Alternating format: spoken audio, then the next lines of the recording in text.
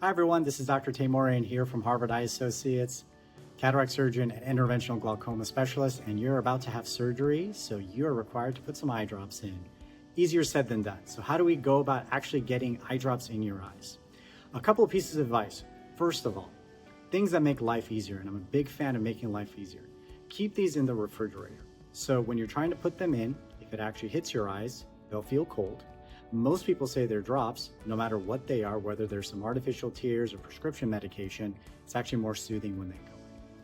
Second of all is how exactly or how much medication you want to put in.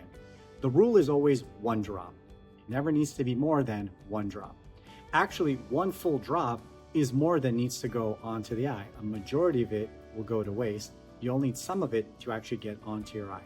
Now, certainly if you feel like you didn't get a drop in at all, it didn't touch the surface of your eye, you should put another one in. But if you feel like you got some wetness on your eye, that generally does the trick. Now, the question is how to get eye drops in. Most people try to do it standing up, although I recommend doing them laying down.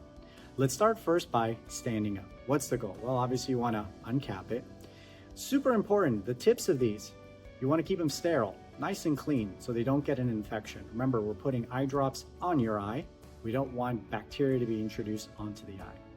With that said, when you're putting the drops in your eye, you don't want the tip of this touching your upper or lower eyelid because naturally on your eyelids are some bacteria. Most people think it's an eye drop, it's got to go directly on my eye, the center of it, the cornea, the clear window of your eye. Actually, ideally, you don't want it to go right onto the cornea because the cornea is a very delicate surface. Even by putting a lot of drops in your eyes, you can cause some irritation to the surface of your eye, which will make it quite blurry. The goal here is you want to put it into the lower fornix of the eye. What is the lower fornix? Well, we have an upper and lower fornix because we have an upper and lower eyelid. The lower fornix is basically the space that's created when you gently pull down your lower eyelid to create that little pocket, the lower fornix. We don't want to do it on the upper fornix because the upper eyelid is held much tighter. So when you naturally want to lift up, you actually want to reflexively squeeze down, which is the exact opposite of what we're trying to do. Go ahead and just try it on yourself. You'll notice pushing down on this is a lot easier. When you're doing this, you do not have to push all the way down. People sometimes go overboard and feel like I'm trying to get a drop in, I'm really going to yank this down. No, there's a limit to which you want to do it, but not too much. The more you actually push down, you're going to get that same result as your upper eyelid. You're going to want to reflexively close down. So you want to pull down just so you create a little pocket, nice and soft. You notice it didn't take a lot of work, just gently pulling down, it creates that little pocket.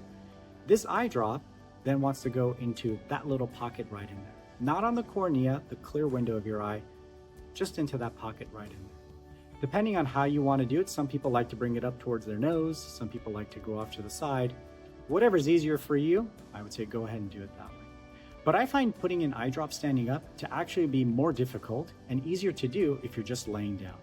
The problem with putting in eye drops when you're standing up is just that, number one, you want to make sure you don't fall down, and you're trying to do this by keeping your eyes closed, and you're trying to get an eye drop into your eye in an organ that doesn't want anything being touched, right? So there's a lot going on here. But if you really want to do this standing up, you can basically open up your cap, use one finger to gently pull down your lower eyelid, get this in a position where you're squeezing with your other fingers, get it nice and close, get into that lower fornix, squeeze down, and then just gently let go. What I prefer doing though is actually doing this laying down. Number one, you're not worrying about falling down. Number two, that little angle you're trying to get into to your eye, to that lower fornix, instead of being a very tight, small angle, ends up being much wider because you're actually laying down. And then you can take your time. Slowly take the cap off, work your way over, feel your cheeks, pull your lid down and get it in there without the concern of actually falling. Again, that's just a personal preference.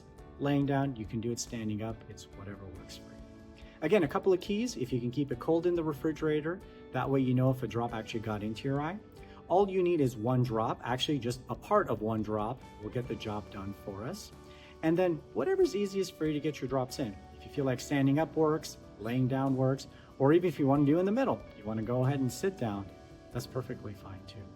If you are new to putting eye drops in and you're getting medications for your surgery, you don't want to go through the entire bottle too quickly. So I do recommend just starting off with some artificial tears that you can actually practice lubricating drops. That way you get the hang of what exactly it is you're doing. So when you get to the point of having to put your prescription drops in, you'll be much more proficient at it. And again, if you have any questions regarding eye drops or surgery, please feel free to reach out to the doctor, the ancillary staff. We're happy to provide that for you. Thank you again for your time and best wishes.